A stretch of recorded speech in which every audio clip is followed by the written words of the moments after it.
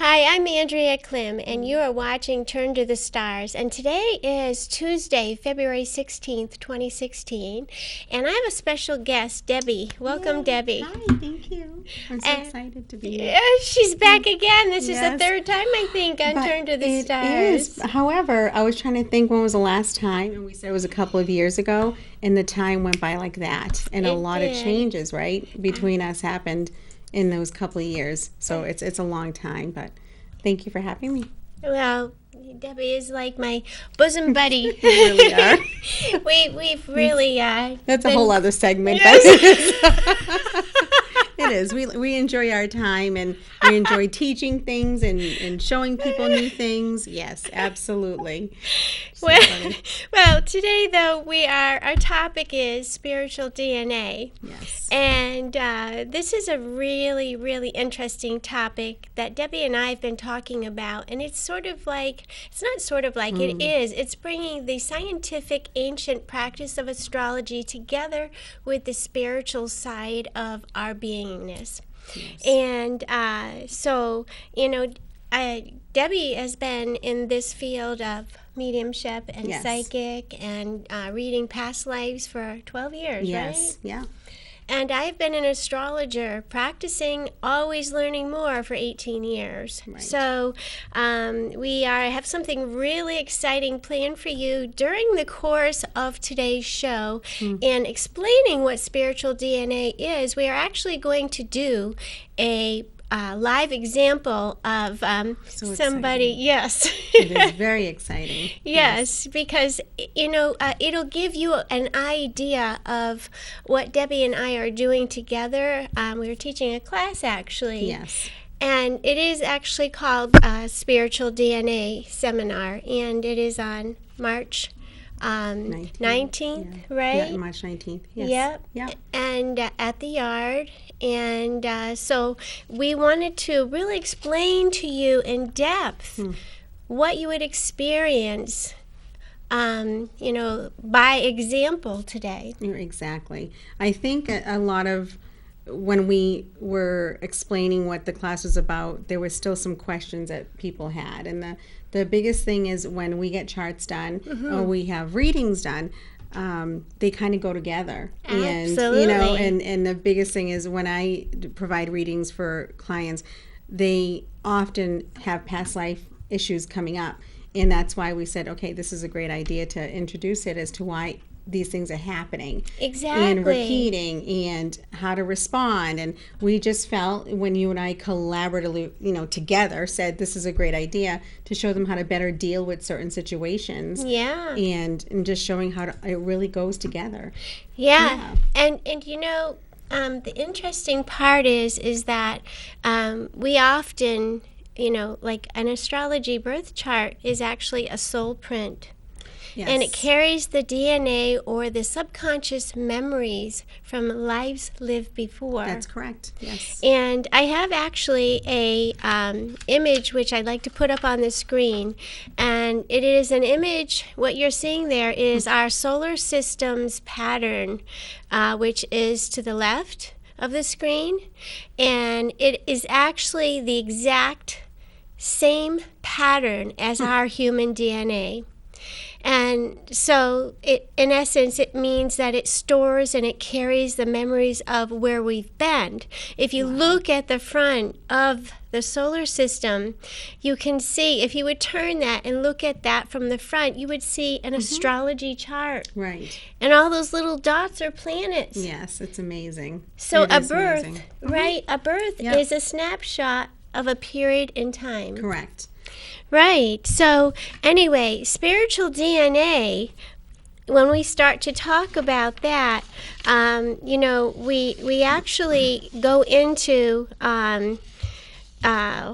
you know, going deep into a person's psyche. Right. It's subconscious and the conscious mind as well. And we're going to show how that is separated because it truly is a separate thing, and how the memories and past life things are actually subjected into the subconscious, and we're going to show them how to consciously be aware of that through the charts and through myself just trying to show them how to develop this and how to respond to things, because that's the whole thing. I think that we're responding to things that we don't even realize we're responding to, and it could be something that's on our chart already and something from a past life that doesn't make any sense. So it's going to be very interesting to get people to have questions answered that they didn't know before. Absolutely. Yes. Because yes. there'll be a period during when we're in the class together that will be sort of introducing to you step by step the scientific side, and Debbie will be bringing in more of the live pictures of what those lives looked like. Right. Yeah. I can identify the exact periods in time. I have a chart actually, which is I'm going to put on the screen, and we're calling this lady Elizabeth, only to protect her identity. And she did volunteer her chart and asked that we use it today because she has investigated many lifetimes. Yes. Yep. And you can see that there's a lot of energy around the top left. All that energy is just rising on the, that's all things that were going on actually in gestation before she was born. Right, correct. And but we could talk about that. We can see all of those things. But what I'd like to show the next screen as we begin, this is amazing. Yeah, I did this morning and took every single planet from the birth chart and actually identified where the soul memories are that show up, where there were experiences in exact periods in time, such as the sun sign. This person is in Aquarius. Right. Which means that they're very humane, very smart, very intelligent. But the lifetime that is registering in the Akashic Records or the World Age timeline for this lady's son is November of 1885. Amazing. And it's interesting because that was actually a very scientific time of nationalism, socialism, idealism, and science and evolution. And it's interesting, this aspect, and I'm going to talk about something what I call cells that are asleep. Right. And I love that. I do. Because it makes sense. And then when people don't know about it, and then when you explain it to them, they go, oh, yes. And then all of a sudden, they know what you're talking about, So I think it's great that we introduce that. It is, because, and I'm very careful, about when I talk with people, and I know we both are the same in this way. Yes. Very careful about when we talk about cells that are asleep, because in this lifetime, you see it through a different eye. I see it through a different eye. We all see things through different eyes. But her sun sign actually is in what we call a squaring aspect to Chiron. And that is what I call a sleeping cell. A square is a type of protection, which tells me that lifetime, back in 1885, there was some serious loss that she experienced. 4 people. I keep feeling that she lost 4 people. Wow. All very young. And that's like an immediate family. So I have goosebumps just talking too. about it. Me too. So just all immediate family, but it was all at once. And that's the horrific part of it. Oh. So, when we look at 1885, I mean, it's not 2016. So it's a whole different time frame. So, if anyone wants to imagine what does happen in 1885, that's most likely what it was. But it was brutal, and it was forceful, and it was in front of her, and it was in front of, like just family members. When someone has to fend for themselves, that's kind of how I felt that her life was. Well, So, you have just explained hope and that- confirmed. Okay, so I hope that exactly was. what And by the she- way, I didn't know any of this information. No, she's Okay. reading it through her lens. Yes. And astrology is my lens. Right. And I have no idea even what all this means. She's my astrologer, but I still have to ask her everything that has to do with it because I don't know anything about the chart. But my guides and my intuition tell me that's what it is, because in readings, mediumship, things like that, they do show us past lives, and then you can do this part where it shows, okay, she's spot Yes. on, or that's not correct.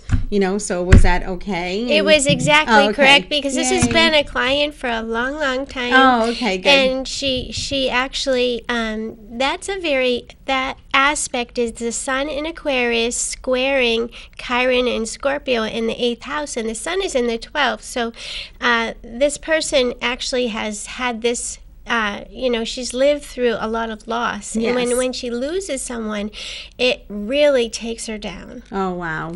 And she feels that she has a really hard time letting go of it, and the only thing she really can do is pray and give it to God, Right, right. for healing. Because Chiron is actually the asteroid, which is the symbol looks like a key, and it means that we come into this lifetime with this pain or something that is in need of healing. Interesting.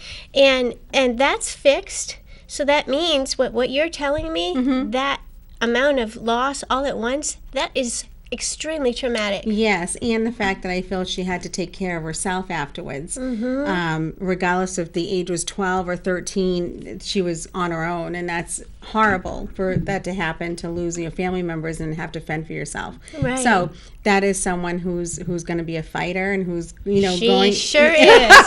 She's a survivor. So and funny. And brilliant. Yes, and just someone who's not gonna let setbacks hold her, and that's what that's from that energy. That's what I feel. What she asked me to ask, there is something that I want to point out that Please, is of course. happening. There's a transit that that Elizabeth is in right now. Okay. And what's happening is Saturn by transit, meaning by movement, is influencing her chart in a pretty interesting way right now. It's right on top of Pluto. Okay. Right here up in the 9th house of culture, of history, of old religious belief systems. And it's actually, by birth, it squared Mars. And Mars is down here in Pisces, conjunct her south node, which means that there's things from the past that she is really going deeper and deeper and deeper into the emotion attached to what she experienced through these religious systems and these Okay. So right. why the reason why this is big for her and this stage of her life is because she's supposed to be teaching what she knows. She And- just started that. Oh, okay, yay! Okay, so my hair's growing. So she's supposed to be teaching it. But the thing is, there's more to it than what has been allowed so far. So she's kind of confined right now. So that's what I keep feeling. Yeah. When a caterpillar goes into when I always say like the little cocoon and it busts out into the butterfly, when Elizabeth is able to do that and bust out of it and get all that information in order to teach it, then we'll see her fly. And right now I just feel there's a little bit of confinement for whatever reason, but it is a physical confinement, I will be honest. But when she's able to teach it, that emotion, everything that she's learned behind it is going to come out, and it will register with some and it won't register with others. So you know what I mean? So it's going to be one of those borderline situations, but she needs to have faith that she's able to do it, and that will sell it. That's how she'll do it. And it's really interesting because that lifetime where this materialized Yes. from, there was a lot of power that was Interesting. politically That's why going I think on. I feel confined, Yeah. because Yes, can I trapped. just say, Yes, right, go politically ahead. and things like that, sometimes we feel very confined that we can't express ourselves because of the political movements. And that's why I said some people will agree and some will not. And that's kind of what's going to happen. But this person needs to be able to still speak how they feel on it, but have something to back it up with. You know what I'm saying? So this way it'll be okay. But it's funny, something is happening where there's going to be travel for her, and I just told her that. Okay, so how interesting, to get some more insight on where to go with it and how to go about doing it, because it needs to be intricate. It really does. The guides keep showing me it needs to actually be mapped out. Like, this is like the map, and the travel that this person is doing has to be intricate and recorded and filmed and everything in order to back up claims. That's what they keep saying. The power is going to come through publicizing. Okay, so there we go. Yes, publishing, yay! right. So see? Well, this actually dated back. I got to put my glasses on because I just can't see this straight today. This is great. This is something I created. I was shown to create this graph, and I'm going to hold it up. I think we have it also. Oops, I hit the microphone. But it actually breaks down takes everything. There it is. Thank you, John. Awesome. On the bottom of the screen, the very last planet is Pluto, which is a little bit hard to see. It's down on the bottom left, and it's at 7 degrees in the constellation of Sagittarius.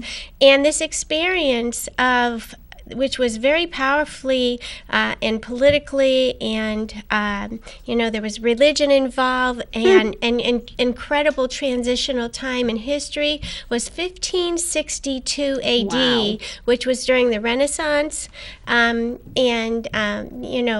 humanism, colonization, Enlightenment, philosophy. Wow. And so this is why it needs to be backed up and recording and backed up. Do you know what I'm saying? Because of everything that was right there. And again, we didn't discuss that. No, we didn't. Great. So but it's so interesting that it's humanism is the word here, and we are definitely being challenged in today's world with humanism, which is why I said some will agree and some won't. Yes. So, but she needs to go ahead and do it. Yes, it's so funny. I just told her that she'd be going to study abroad. Oh, jeez. And you just said that, and we have not discussed any of this, really.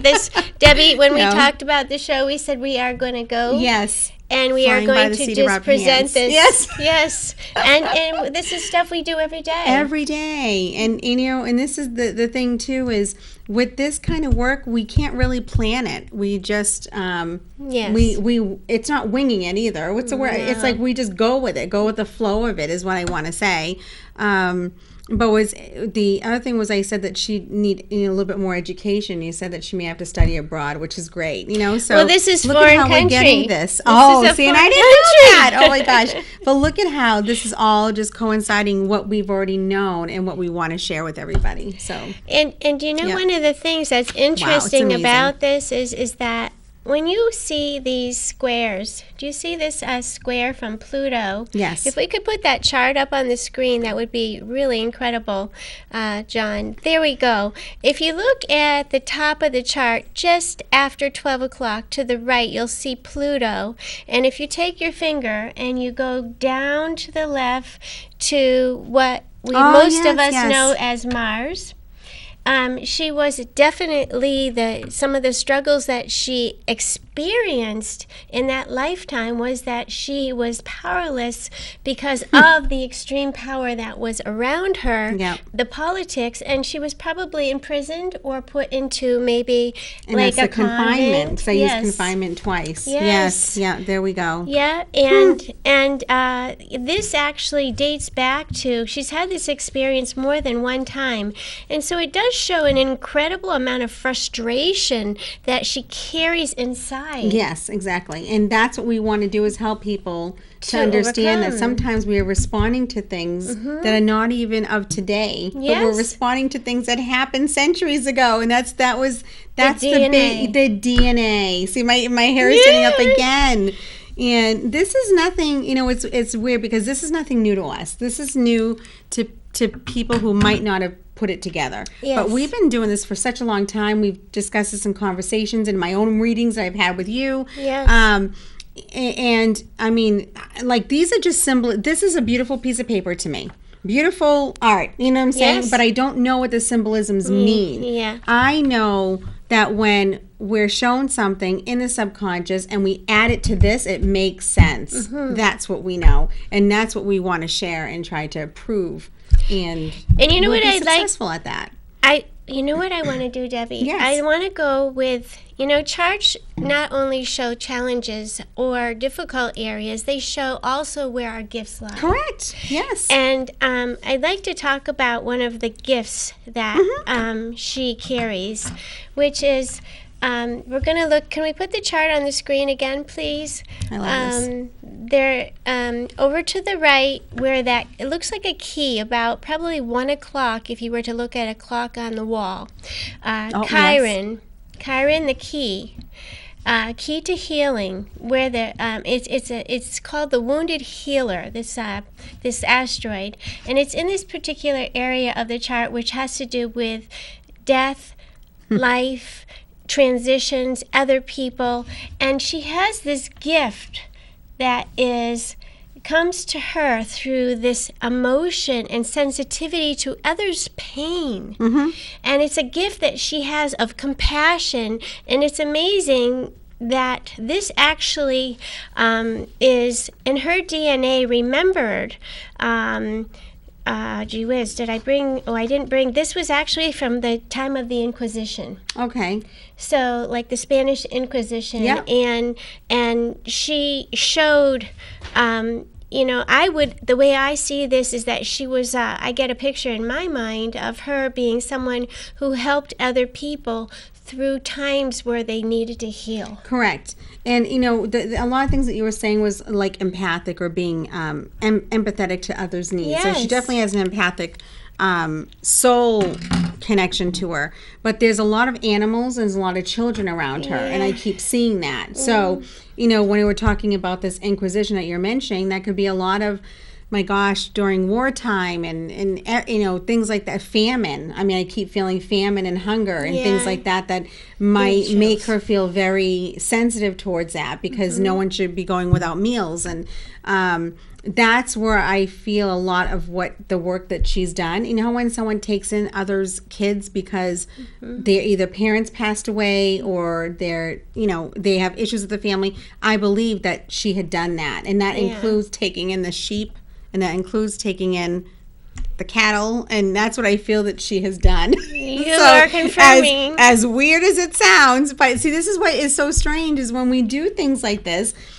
I just go with it, and I'm go, okay, so I'm going to say it because that's what I'm being shown, and sometimes it makes sense and sometimes it doesn't, but that is what they're showing me. Yes. And someone will say to me, oh, but why? What do you mean you're talking about roosters? And I go, but that's what they're showing. I've been doing this a long time. I trust what I'm seeing, and I just roll with it, and that's part of all this. So what she's supposed to be doing even today is still bringing that forth and bringing animals and helping children and hunger and doing charity work and things that are important to her, because her emotional sense of it still feels that time. You know what I'm saying? Yes, it does. Yeah. So, and again, look at the goosebumps. It's so exciting that that's happening. Yeah. But the thing is, what's so important about this is I feel that she is registering things, meaning it's being journaled and it's being things that are being kept, or memories are being kept in writing, and things that, You're exactly right. Yeah, and that's important to do that, because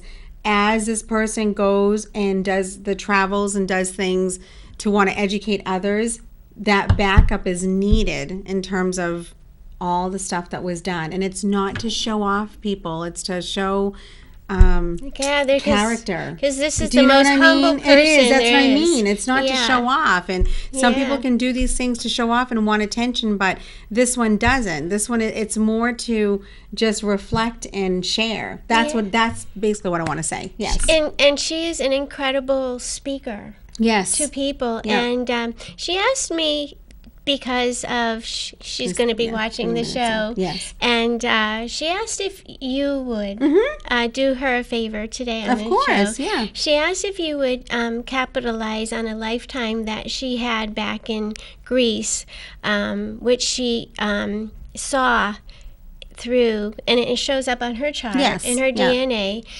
with a young man, and his name was Dimitri. It was the love of her life, and they were somehow separated. Okay, so Dimitri, I have to be honest with you here, was floating between a couple of them. So I got to tell you. So this isn't something that he was promised to her or he was doing anything with her. He was definitely with others and not just this person. But it doesn't mean that the love they have meant nothing, because it did. Okay. But also with Dimitri, I feel he moved, or he went away, actually. He did. And it was like, you know, when someone disappears off the face of the earth, I feel he did that. That's what happened. And that's kind of what happened. You know what I mean? So, okay, good. So there we go. But that was the love of her life, though. So I will tell that to you, that she felt that was love of her life, but didn't understand. It was just the way that it was, you know, that he had other potential suitors or suitettes, I don't know how to say it, and just ended up moving away. And I believe that was the last time she ever seen him, was that moment. Well, he's actually one of her spirit guides now, and she has told me that he will move things around her. I believe that. And we had papers her. fall when I was talking. Yeah, everything's falling on the we floor. We had papers fall when we were just talking, and we can't even make that up. That just happened. So I believe that, you know? Yeah. So, but that was love of her life. But that was the last time, like, in that moment, that she had seen him, because he moved away, and it was like he was done. Well said. Yeah. So, yes. So anyway, everyone, we want to say thank you for, watching Turn to the Stars. We wanted to share with you this important information about spiritual DNA and the classes that we're going to be teaching on it. So thanks again for watching Turn to the Stars. Thank you, Debbie. Thank you. And we always have a great time. We do. We do. And until next time, take good care. We'll see you then. Thank you.